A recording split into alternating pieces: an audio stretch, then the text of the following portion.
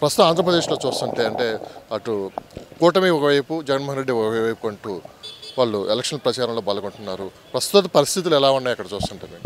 ఏపీలో పరిస్థితులు చాలా బాగున్నాయండి. తెలుగుదేశం వైపు ప్రజలు ఉన్నారనేది మాకు కనపడుతుంది. ప్రజలు డిసైడ్ చేస్తారు లాస్ట్కు.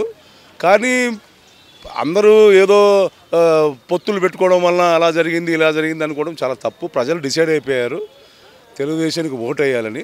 పొత్తులు స్నేహితులుగా కలుపుకొని అందరితో ముందుకు వెళ్తున్నారు చంద్రబాబు గారు. ఏమి ఇబ్బంది లేదు. ప్రజలు తెలుగుదేశం వైపు ఉన్నారు. రాబోయే గవర్నమెంట్ కూడా తెలుగుదేశం గవర్నమెంట్ ఏ ఇబ్బందులు లేకుండా వస్తుందని మేము అనుకుంటున్నాం. అనుకున్నంత ఈజీగా అయితే అక్కడ గెలిపోవడంలో ఈజీ కాదు, టఫ్ అండ్ ఫైట్ ఉండదు అక్కడ అని చెప్పి అంటున్నారు. ఈ రాజకీయంలో ఇవన్నీ కామన్ అండి. ప్రతిసారి ఇలాగే మాట్లాడతారు, టఫ్ ఉందని చెప్పి అని చెప్తుంటారు. కానీ ప్రజల ఆలోచనలు, ప్రజలు మార్పు కోరుకుంటున్నారు. మా తెలుగుదేశం పార్టీ గవర్నమెంట్ ఫామ్ చేస్తుందనేది మాకు పూర్తిగా నమ్మకం ఉంది. నేను శ్రీకాకుళం నుంచి తిరుపతి దాకా చూశాను. నేను ప్రజలు ఇప్పుడు ఏదో మాట్లాడుతున్నారు, ఇప్పుడు ఏదో పథకాలు ఇవ్వడం వలన ఏదో జగన్కి వేయాలని అనుకుంటున్నారు. చాలా తప్పది.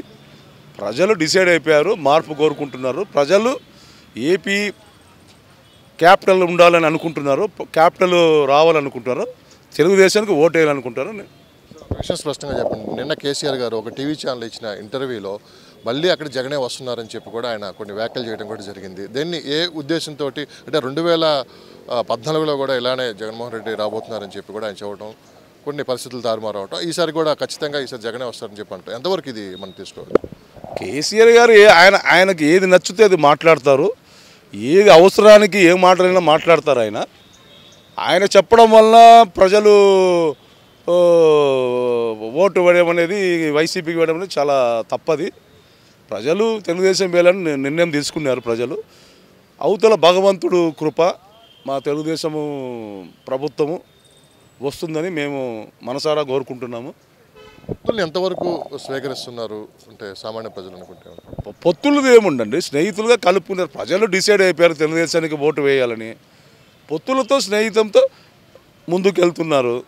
ఏం పర్వాలేదు, ప్రజలు కూడా యాక్సెప్ట్ చేశారు. పొత్తులు కూడా ఏమి ఇబ్బంది లేదు. పొత్తుల వల్ల మనకేమి పార్టీకి ఇబ్బందులు కలగడం లేదని అనుకుంటున్నాం. జనసేన వల్ల ఎందుకు ప్రెస్ కాదండి, వారు అక్కడ ఈస్ట్ గోదావరి, వెస్ట్ గోదావరి, వైజాగ్ ఇవన్నీ చాలా బాగున్నాయి. జనసేనకు కూడా వాళ్ళు యాక్సెప్ట్ చేశారు. ఏమి ఇబ్బంది లేదు. జనసేనతో మనం వెళ్ళడం వల్ల కూడా తెలుగుదేశం పార్టీకి మంచి పరిణామంగా కనపడుతుంది. చివరిగా నిన్న జనసేన పార్టీ అధ్యక్షులు పవన్ కళ్యాణ్ గారు నామినేషన్ వేయడానికి వచ్చిన పబ్లిక్ని చూస్తే మీకు ఏమనిపించింది?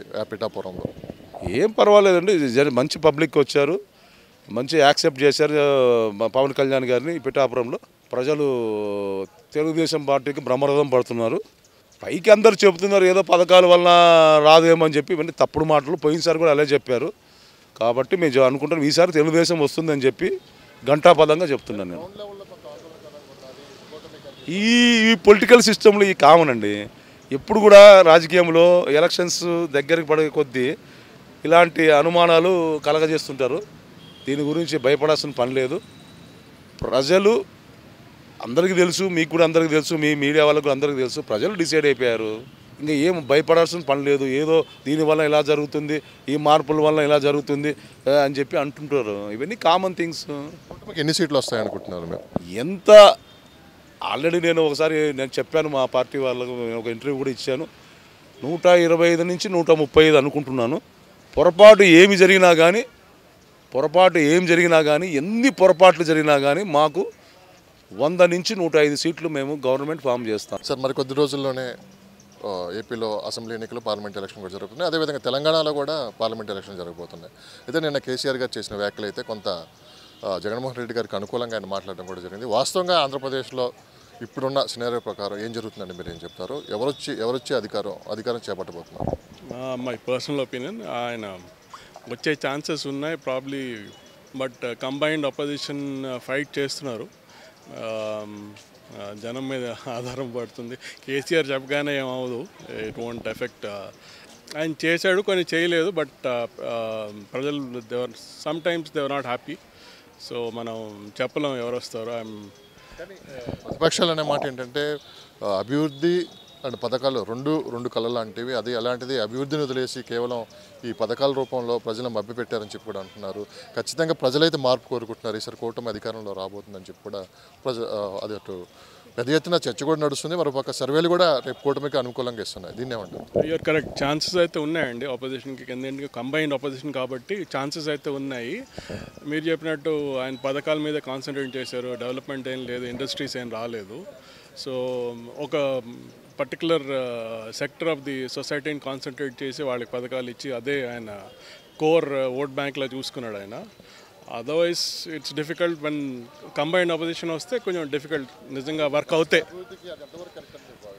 అది కరెక్ట్ కాదండి. ఫ్రీ బీస్ మీద ఎక్కువ కాలం రాష్ట్రాలు నడవు. ఊరికే ఫ్రీగా ఇచ్చేస్తుంటే అవి నడవు. It's already in debt. AP కూడా డెట్స్లో ఉంది. Highest debt actually, one of the highest debts in the country. So it may not work. Long term work చేయదు ఆ పథకాలన్నీ. ఈసారి ఎన్ని సీట్లు వస్తాయని మీరు భావిస్తారు? అది it's a difficult question. I hope they cross whatever is ఏదైనా ఐ థింక్ 50% ప్లస్ వస్తే they will form. Hopefully they get.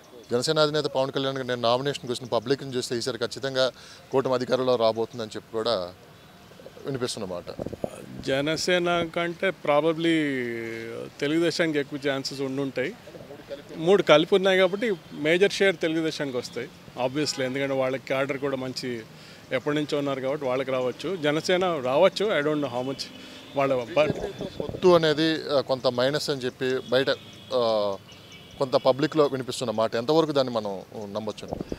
వాళ్ళకి చాయిస్ లేదండి. బీజేపీ పొత్తు పెట్టుకోవడమే బెటర్ ఇంకా. ఎందుకంటే వీళ్ళు కూడా వదలరు. బీజేపీ వాళ్ళు కూడా ఆంధ్రాలో రావాలని ఉంది. సో జగన్ తోటి వాళ్ళు డైరెక్ట్గా పెట్టుకోలేరు కాబట్టి వీళ్ళతో పెట్టుకున్నట్టు అదే అర్థమవుతుంది. కానీ అదర్వైజ్ బీజేపీ ఇండిపెండెంట్గా వెళ్ళినా అంత రాదు. సపోర్ట్ అయితే కావాలి అందరిది. తెలంగాణ కాంగ్రెస్ పార్టీకి ఎన్ని సీట్లు, ఎంపీ సీట్లు వచ్చే అవకాశం ఉంది? టీఆర్ఎస్కి ఎన్ని వస్తాయనుకుంటున్నారు మీరు? టీఆర్ఎస్కి అయితే తగ్గుతాయండి ఈసారి. వాళ్ళైతే సరిగ్గా చేయలేదు. 10 ఏళ్ళు ఉన్నారు కానీ పెద్ద అంటే the attitude was the wrong. KCR, KTR, ఈ కవిత ప్రాబ్లమ్స్. కాంగ్రెస్ ప్రాబ్లీ ఒక 5 to 7 సీట్స్ రావచ్చు అండి.